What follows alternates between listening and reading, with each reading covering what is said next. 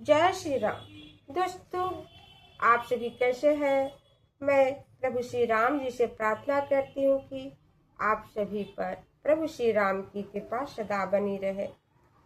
दोस्तों, आप सभी भाई बहन से मुझे यही कहना है कि मैं अभी तक रामचरितमानस में केवल दोहा चौपाई का अर्थ का ही पठन करती थी, क्योंकि मुझे सर्दी का प्रॉब्लम है।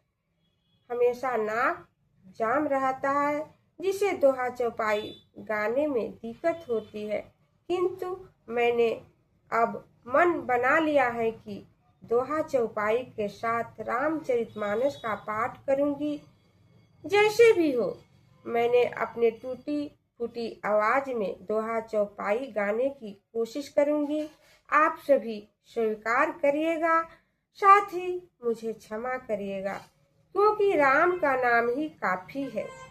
मेरे द्वारा रामचरितमानस का पाठ चंद लोगों के भी कान में जाएगा तो उसे मैं अपने को धन्य समझूंगी, क्योंकि रामायण सुनने पढ़ने से सभी मंगलों के धाम का पुण्य मिलता है। आप सभी ध्यान से मगन होकर राम के जीवन चरित्र सुनिएगा। प्रभु श्री राम जरूर कृपा बरसाएंगे।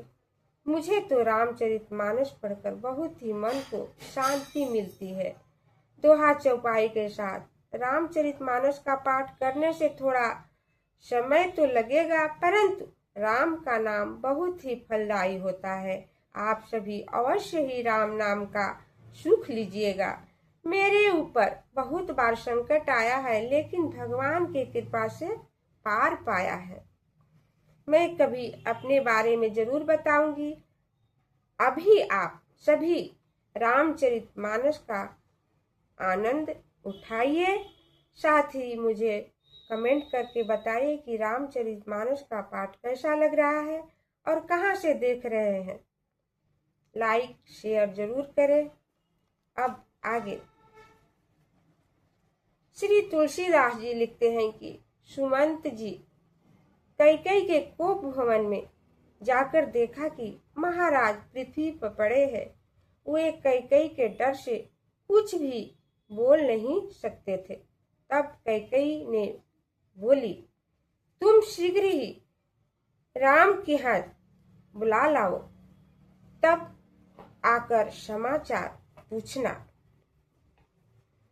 जब प्रभु श्री राम आते हैं तब देखते हैं कि पिताजी पृथ्वी पर पड़े हैं।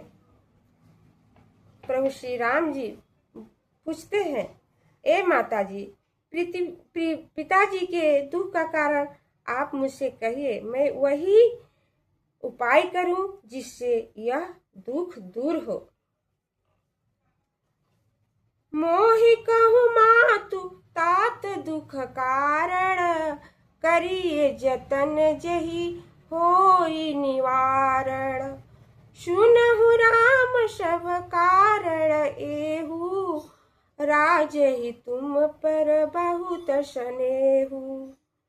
ऐ माताजी, पिताजी के दुख का कारण आप मुझसे कहिए, मैं वही उपाय करूं जिससे यह दुख दूर हो। इस बात को सुनकर कैकेयी ने कहा, हे राम सुनो, सब कारण तो यही है कि महाराज का तुम पर बड़ा स्नेह है। देन कहेहु मोहि दुई वरदाना, मांगेहु जो कुछु मोहि सुहाना। सोनि सुनि भयहु भूप उर सोचू, छाड़ी न सकहि तुम्हार संकोचू। उन्होंने कहा, मुझे 2 वरदान के लिए कहा था, मुझे जो कुछ अच्छा लगा उसे मैंने मांगा। जिसे सुनकर महाराज के हृदय में चिंता हुई है, क्योंकि तुम्हारा संकोच नहीं छोड़ सकते हैं। तुम स्नेह हित बचन उत, संकट परहु नरेश। सकहु तो आयसु शीश धरी, मेटहु कठिन कलेश। सियावर रामचंद्र शंकर जी भजो, जय जय श्री सीताराम जी हरि। का स्नेह और उदार वचन है। इसी संकट में महाराज पड़े हैं।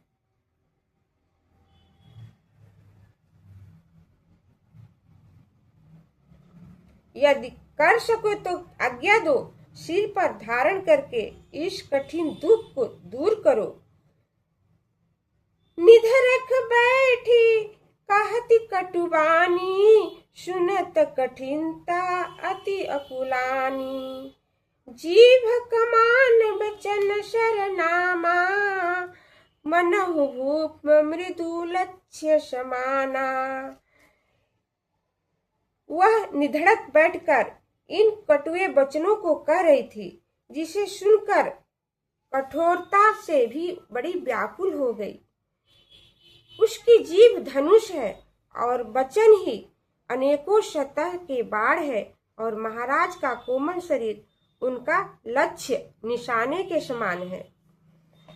जानु कठोरपन धरे शरीरा, शिखहि धनुष विदावर वीरा। सब प्रसंग रघुपति सुनाई, बैठी मनहु तनु धरि निठुराई। मानो कठोरता ही स्वयं शरीर धारण कर धनुष विद्या सीख रही है। राम जी को सब प्रसंग सुनाकर वह ऐसी बैठ गई मानो निठुरता ने ही शरीर धारण किया हो। मन मुस्काहि भानुकुल भानु, राम सहज आनंद निवानु। बोले बचन विगत सब दूसर, मृदु मंजुल जनु वाग विभूषण। सूर्य कल के सूर्य राम जी मन में मुस्कुरा रहे हैं, किंतु राम जी तो स्वभाव से ही आनंद के स्थान है। वे सब दोषों से रहित कोमल और मीठे वचन बोले, मानो वे बाड़ी के आभूषण है।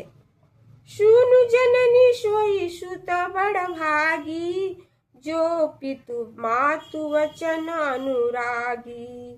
तने मातु पितु पोषण हारा, दुर्लभ जननी यही संसारा। ऐ माता जी सुनिए, वही पुत्र बड़ा भाग्यवान है जो पिता और माता के प्रेम से वचन करता है। ऐ माता जी, माता पिता की सेवा करने वाला पुत्र इस संसार में दुर्लभ है। मुनिगण मिलन विशेष बन सबहि, भांति भल मोर। तेहि महम प्रीतु आयसु बहुरी, सम्मत जननी तोर। सियावर रामचंद्र शंकर जी भजो, जय जय श्री सीता राम जी हरि। दोस्तों, जय श्री राम। धन्यवाद।